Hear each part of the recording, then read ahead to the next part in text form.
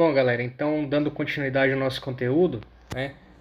A gente falou nas aulas passadas sobre sistema nervoso central, especificamente das estruturas que compõem a região do encéfalo, né?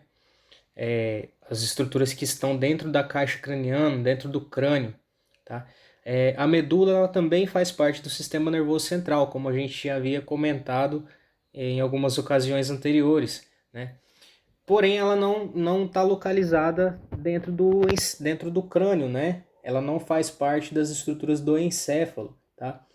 Medula, então, ela está localizada na região da coluna vertebral, tá? Ela fica localizada no interior da coluna vertebral. A coluna é como se fosse um sistema de proteção, tá? Para a medula. Então, vamos destacar então alguns pontos interessantes, né, com relação à medula que a gente precisa saber, que a gente precisa aprender. Tá? Essa aqui é a estrutura que a gente conhece, tá? Da medula espinal. Aqui a gente está vendo ela de maneira inteira, né? Como ela se representa dentro da coluna vertebral. E aí é como se a gente cortasse um pedacinho dela aqui e fosse observar mais de perto, tá? Aqui a gente tem esse branquinho aqui, toda a parte vertebral, as vértebras, o disquinho que fica entre uma vértebra e outra, tá? Para evitar atrito, né? Para evitar o choque de um osso com outro, de uma vértebra com outro. Funciona como uma espécie de amortecedor de impactos também, tá? Na coluna. E temos aqui na partezinha mais interna dela a medula espinal, tá? Medula protegidinha lá bem no interior das vértebras, tá? E aí aqui, aumentando um pouquinho mais a imagem nesse desenho de baixo, tá? A gente tem aí a figura que representa a medula espinal propriamente dita, beleza? Então vamos ver como é que funciona a interação do sistema nervoso central e periférico, tá? Como é que eles se comunicam, né? Como que ocorre a comunicação de um sistema com o outro? É basicamente através da medula, tá? A medula é o primeiro componente do sistema nervoso central que recebe estímulo do sistema nervoso periférico, tá? Passando aqui então, ó, como conceito, né? Podemos dizer que a medula é uma estação nervosa, pois a maioria das informações das diversas regiões do corpo chega primeiro a ela para depois serem retransmitidas ao encéfalo, tá? Então foi o que eu destaquei. O estímulo ele vem através do sistema nervoso periférico, né? E se conecta à medula para só depois ser entregue até o sistema nervoso central lá nas estruturas do encéfalo, beleza? Então, podemos dizer assim, a grosso modo, que a medula é a porta de entrada do estímulo para o sistema nervoso central, beleza? Todo estímulo externo que é produzido no meu corpo, que é enviado para o meu corpo, né, que o meu corpo recebe, ele passa primeiro pela medula para depois ser enviado para o encéfalo. E além de servir como mediador de informações, a medula também produz estímulos simples, tá? O que seriam esses estímulos simples, que nem não são tão simples assim como o nome diz, né? Como a expressão diz, tá mais relacionado com os impulsos de reflexos, tá? Lembra quando a gente comentou com relação a quando eu encosto a minha mão em um objeto quente, né? Automaticamente eu retiro, né, esse impulso, esse estímulo, ele é ainda mais rápido. Por quê? Porque essa informação, nesse caso, né, numa situação que eu fui que me exponha fisicamente, né, que exponha a integridade das minhas estruturas do meu corpo, enfim, que ofereça algum risco, né, para as estruturas do meu corpo, esse estímulo ele não precisa ser enviado diretamente lá para o encéfalo para ser processado e retornar, né, pela medula até o músculo, enfim, conforme a gente tinha comentado anteriormente. Esse estímulo ele é processado diretamente na medula e já retorna pelas terminações nervosas, né, para que eu retire a minha mão, para que eu retire o meu dedo do objeto quente e não me queime, tá? Então, situações de reflexo, especialmente, né, são produzidas diretamente na medula, tá? A gente vai entender isso um pouquinho mais para frente. Ponto interessante de ser observado, ó, lembra que a gente comentou que lá no encéfalo, né, nas estruturas cranianas, a gente tem a presença de substância branca e de substância cinzenta, né? Substância cinzenta, então, é a parte dos corpos celulares, né, dos corpos dos neurônios, e a substância branca, os axônios, né, as terminações, os axônios mesmo. Na medula a gente tem a presença dessas duas estruturas também, desses dois componentes, tá? Substância cinzenta e substância branca. Só que diferente do encéfalo, né, que lá no encéfalo a gente tem substância cinzenta pelo lado de fora, pela parte mais externa, né, uma camada mais externa, e a substância branca uma parte mais interna da massa encefálica, né? Na medula é o contrário, tá? A gente tem substância cinzenta na parte mais interna da medula e substância branca na parte mais externa da medula, tá? Vai ter uma imagenzinha agora que vai especificar bem isso aí. Mas antes da gente avançar, só a título de curiosidade, uma informaçãozinha bem bacana. Por que essa diferença de cor, né? De substância branca para substância cinzenta, que na verdade é uma mais clarinha e outra mais escura. Lembra que a gente falou que nos axônios a gente tem a presença da bainha de mielina, né? Que é aquela estrutura que recompõe, que recobre os axônios, funciona como isolante elétrico, né?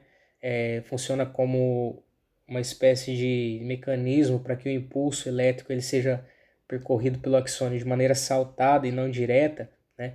Então é a presença da bainha de mielina que dá essa coloração mais clara, mais esbranquiçada para a substância branca, tá? Então, como na substância cinzenta, nos corpos celulares, nos corpos dos neurônios, a gente não tem bainha de mielina, ele tende a ser um pouquinho mais escuro, tá? É a bainha de mielina, perdão, que dá essa coloração mais clara para os axônios, automaticamente deixa a substância branca mais clarinha, né? Diferencia ela dos corpos celulares, dos corpos dos neurônios, da substância cinzenta, né? Então, ainda como conceito, ó, nela distinguimos de cada lado 3 colunas que aparecem nos cortes como cornos, tá? Então, a gente tem o desenho da coluna, da medula que a gente vai ver logo na frente aí, ela forma uma espécie de uma letra H, tá? A massa cinzenta dentro das estruturas. E essas pontinhas, as perninhas da letra H, recebem o nome de cornos, tá? Corno posterior, corno anterior. Coluna lateral ela só aparece na medula torácica e na parte da lombar, tá? A gente vai entender isso aí mais para frente também um pouquinho. E aí como é que ocorre, né? Vamos falar então ainda com relação a conceitos, como é que ocorre a interação entre sistema nervoso central e sistema nervoso periférico, tá? A gente tem pontos na medula que a gente chama de sulcos. Lembra dos sulcos do encéfalo, né? Do telencéfalo, basicamente? Aquelas curvinhas, né? Os vãos que a gente tem na massa encefálica, né? A gente dá o nome de sulco. Então, na medula a gente também tem sulcos, tá? E é nesses sulcos o local onde os nervos vão se inserir na medula, onde as terminações nervosas vão se inserir, vão chegar para ser anexados, digamos assim, à medula, tá? Adiantando mais um pouquinho, então é esse caso aqui, ó. Só aumentando a imagem, tá? Quando a gente faz o corte da medula, a gente identifica uma estrutura semelhante a essa da imagem aqui, tá? Consegue perceber que essa parte mais escurinha dentro dela forma como se fosse uma letra H ou um formato de uma borboleta, né? Se assemelha também. Essas pontinhas dela, tá? Só aumentando aqui de novo. Essas pontinhas da massa cinzenta, ó, aqui, aqui, essa e essa, recebem os nomes de cornos, tá? Corno posterior e corno anterior, tá? Posterior e anterior. Aqui eu estou olhando como se fosse a frente, estou olhando o indivíduo de frente, tá? E aqui eu estou olhando ele de costas. Aqui fica a parte das costas e aqui a parte da barriga do indivíduo, beleza? Só por questão de localização. Então aqui é a parte ventral, a parte anterior da coluna, tá? Da medula espinal. E aqui a parte posterior, a parte das costas, a parte de trás, tá? Da medula. Então, como que ocorre, né, a interação de sistema nervoso periférico com o sistema nervoso central. Essa regiãozinha aqui, ó, onde a terminação nervosa chega, esse pontinho aqui a gente chama de sulco, tá? Sulco lateral posterior, nesse caso aqui, que ele está na lateral da medula, da parte posterior, né? Sulco lateral posterior, sulco lateral anterior, beleza? Os sulcos, então, na medula são os laterais, são os pontos onde as terminações se inserem, beleza? E aí, quando a gente fala em medula, então a gente tem a questão de vias, né? Vias sensitivas e vias motoras. Lembra das vias aferentes e das vias eferentes, né? É justamente nesse ponto aí que a gente vai falar, que a gente vai estudar sobre elas, tá? Então, nesse ponto aí, galera, a gente tem a presença das vias sensitiva e motora, né? A parte aferente e a parte eferente, que a gente já comentou algumas vezes, tá? Quando a gente vai localizar, então, via aferente e via eferente, tá? A gente vai destacar da seguinte maneira. A parte posterior da medula, tá? A parte posterior, a parte de trás da medula, ela vai ser a parte aferente, beleza? A parte sensitiva, parte de trás da medula, parte posterior da medula espinal, corresponde à via aferente, beleza? Destaquem essa informação, anotem aí, tá? Via aferente. E a parte ventral, a parte anterior dela, parte da frente dela, vai ser a via motora, beleza? Via eferente, tá? Parte anterior da coluna, parte anterior da medula espinal é a via motora, a via eferente, beleza? Então vamos entender mais aprofundado um pouquinho como é que funciona essa interação aí, tá? Aqui eu tenho um nervo, beleza? Essa partezinha aqui é um nervo. Essa mais de baixo aqui, retinha. Dentro desse nervo, eu tenho a presença da via aferente e da via eferente, beleza? O mesmo nervo, ele tem as duas vias passando dentro dele, tá? Então esse nervo, vamos dar como exemplo aqui, nervo radial, tá? Nervo que passa na parte mais lateralzinha do braço. A gente chama de nervo radial. É um nervo só. Ele vai ter via aferente e via eferente dentro dele, tá? Quando esse nervo ele vem e chega na medula, especificamente, ele se divide em duas partes, ó. Ele chega aqui nesse meio aqui, nesse ponto, e se ramifica, tá? Tem uma ramificação, tem uma divisão desse nervo. A parte aferente dele vai sair desse nervo especificamente. Ele vai se dividir, né? E ela vai passar para a parte posterior da medula, parte sensitiva, e a parte eferente desse nervo, ela vai passar pela parte anterior da medula, pela parte ventral, pela parte da frente, tá? Parte motora. Então o nervo, ele vem, tá? Lá do meu braço, da minha perna, enfim, da onde ele se insere, de onde ele tem os terminais dele. Vem inteirinho, tá? Quando ele chega perto da medula, ele se divide em duas partes. A via aferente vai para um lado e a via eferente vai para o outro, tá? A via eferente, que é a via motora, vem para a parte da frente da medula e a via aferente, que é a parte sensitiva, vai para a parte posterior da medula, beleza? E aí vamos entender agora como é que eu vou identificar, tá? Um macetezinho aí para a gente identificar qual que é a parte anterior e qual que é a parte posterior da medula. Já destacamos, né, a questão da parte aferente e da parte eferente, via aferente e eferente. Posterior, parte posterior da medula, aferente e sensitiva. Parte anterior da medula, eferente ou motora, tá? Destacamos essas duas características aí. E aí como é que eu vou localizar, né? Como é que eu vou saber qual é qual? Devido a esse carinha aqui, ó, tá? Essa estruturazinha aqui a gente chama de gânglio, beleza? Gânglio medular, tá? Na parte posterior da medula, eu tenho a presença de gânglio, tá? Logo ali onde o nervo se insere, onde a parte aferente se insere na medula, eu tenho a presença de um gânglio, tá? Na parte da frente dela, na parte anterior, eu não tenho esse gânglio, beleza? Não tenho a presença desse gânglio. Então, macete para a gente ver, para a gente saber na figura qual que é a parte anterior, qual que é a parte posterior, observa o gânglio, tá? A presença do gânglio. Quando eu observo o gânglio, a parte onde a terminação se insere, a terminação que tem o gânglio, vai ser a parte posterior. A parte que não tem o gânglio vai ser a parte anterior, tá? Outro macetezinho, ó. A parte ventral, né? A parte anterior da medula,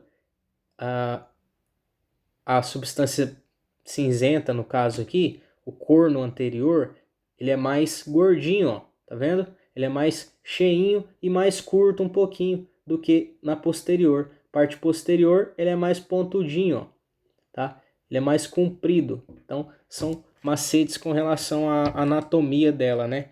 Pra gente decifrar qual que é a parte anterior e qual que é a parte posterior. Então, ainda falando com relação as vias, né? Via sensitiva e via motora. Como é que funciona, tá? Tem aqui nessa outra imagem, ó, explicando especificamente como é que funciona essa comunicação, tá? Agora aqui a gente vai ter só mudou a corzinha da terminação aqui, mas o conceito é o mesmo ainda, tá? A gente tem aqui então, utilizando essa outra imagem, a parte anterior e a parte posterior da medula, beleza? Então a parte anterior vai ser motora, via motora, e a parte posterior vai ser via sensitiva. Como que eu sei que essa aqui é a parte posterior? Quando eu observo o gânglio, tá? Uma bolinha ali na terminação, beleza? Se eu tenho um gânglio, é parte posterior, é aferente, beleza? Vamos lá então, vamos entender como é que funciona essa comunicação de aferente com eferente, tá? Aqui saindo da medula nesse ponto aqui, eu tenho a via aferente, beleza? Ela vai vir junto com a via eferente aqui, vai vir também, vai chegar um ponto que as duas vão se unir, tá? As duas raízes nervosas, que são esses pontinhos aqui de onde saem as vias, tá? Aferente e eferente, elas vão se unir para dar formação a um nervo, beleza? Um nervo qualquer do corpo. Lembra, a gente destacou anteriormente que o nervo possui via aferente e via eferente dentro dele, tá? Como é que vai funcionar então essa interação, essa comunicação de aferente com eferente? Aqui mais embaixo, ó, eu tenho o desenho de um músculo, tá? E tenho as duas terminações no mesmo músculo, via motora e via sensitiva, via aferente sensitiva, via eferente motora, beleza? Suponhamos então que eu recebi um estímulo qualquer lá, né, na minha musculatura. Esse estímulo ele vai vir de maneira sensitiva, né? Eu recebi o estímulo de maneira externa, de um mecanismo externo. Esse estímulo ele vai subir pela via aferente, pela via sensitiva, vai chegar na minha medula e vai subir para o meu encéfalo, beleza? Vai chegar lá no encéfalo, ele vai ser mapeado, né? Vai ser identificado que tipo de estímulo que é esse, enfim. Suponhamos aqui então que esse estímulo seja um estímulo para que eu movimente a minha perna, né? O estímulo que vai fazer eu movimentar a minha perna, por exemplo. Então, ele vai chegar lá no encéfalo, vai ser processado, né? E vai retornar pela via motora, pela via eferente. Ele vai descer pela medula, desceu, chegou aqui, ele vai pegar a via motora e vai voltar para o mesmo músculo, tá? Nesse mesmo músculo ele vai executar algum tipo de movimento. Então o estímulo subiu pela via aferente e retornou pela via eferente, tá? Subiu como sensitivo e voltou como motor, beleza? Quando a gente tem uma situação de reflexo, né? A gente disse anteriormente que o gânglio está relacionado com essa parte de reflexos, né? Vamos lá, vamos entender como é que funciona isso aí. Encostei a minha perna ali, usando o mesmo exemplo dessa figura de baixo, tá? encostei a minha perna numa estrutura quente, num objeto quente, né? No escape da moto, por exemplo. Senti aquela dor, eu vi que começou a queimar, né? Recebi o estímulo quente aqui então. Esse estímulo ele veio pela via aferente e tá. Só que como é um estímulo de dor, como é um estímulo que exige que eu tire a minha perna do escape da moto o mais rápido possível para não me queimar, né? Esse estímulo ele poderia ser processado da forma como comentei anteriormente. Podia ser mandado para a medula e subir para o encéfalo e depois retornar pela via motora, né? Para que eu retire a minha perna do escape.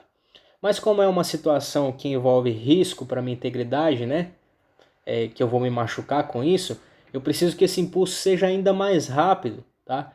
Eu preciso que ele seja processado ainda mais rápido. O que vai acontecer nesse caso? Ele vai subir pela via aferente até chegar no gânglio. Lembra que no gânglio a gente tem a presença de corpos de neurônios, de células, né? De corpos celulares dos neurônios. Então, nesse caso especificamente, o processamento de informação ele vai acontecer aqui no gânglio. Ele não vai subir lá para o encéfalo, lá em cima para ser processado e depois retornar para fazer eu tirar minha perna do escape quente, né? Ele vai ser processado nessa região e daqui mesmo ele já vai passar para a via motora, tá? Para fazer com que eu retire a minha perna mais rápido do objeto quente, beleza? Como que acontece? Lembra que a gente destacou os tipos de neurônios, né, nas primeiras aulas? Neurônio sensitivo, neurônio motor, neurônio misto, né? Aí tinha os interneurônios também. Esse aqui é um exemplo de interneurônio, ó, tá? Interneurônio, neurônio associativo, que tem função de associação, de comunicação de um neurônio com o outro, tá? Ele nem manda impulso só aferente, nem transmite impulso apenas eferente, tá? Olha que legal, ó, nesse caso aqui de reflexo, né? O impulso veio, foi processado no gânglio e ele precisa passar para a via motora, né? Para executar o movimento. Ele vai passar para a via motora através desse interneurônio aqui, ó. Esse carinha aqui, ele vai ser responsável por fazer a comunicação da via aferente com a via eferente, tá? Ele vai ser a ponte entre as duas vias, entre a aferente e a eferente, tá? Um interneurônio. Esse aqui é o exemplo de um interneurônio, faz a comunicação entre dois neurônios, beleza? Então, a questão de comunicação de via aferente e eferente, tá? É bem tranquilinha de ser percebido, de ser lembrado, tá? Ponto importante que eu quero que vocês aprendam aqui, que vocês se lembrem depois, tá? Questão da via sensitiva e da via motora, extremamente importante. Via sensitiva, ela vai para a parte posterior da coluna, da medula, tá? Da medula espinal. Via motora vai para a parte anterior da medula, tá? Como que eu identifico qual que é a anterior e qual que é a posterior? A via aferente, ela possui o gânglio. A via sensitiva possui um gânglio, tá? Então, quando eu observar a imagenzinha da medula e eu identificar o gânglio, o local onde a via desse gânglio se insere vai ser o local posterior, a parte posterior, beleza? Então, parte posterior da medula, sensitiva, aferente no caso, né? E tem a presença do gânglio, beleza? Duas informações importantes aí de serem lembradas. E na parte ventral, na parte anterior, eu tenho a via eferente, a via motora, e não tenho presença de gânglio, beleza? É esse ponto aí que eu preciso que vocês se lembrem, que eu quero que vocês aprendam, tá?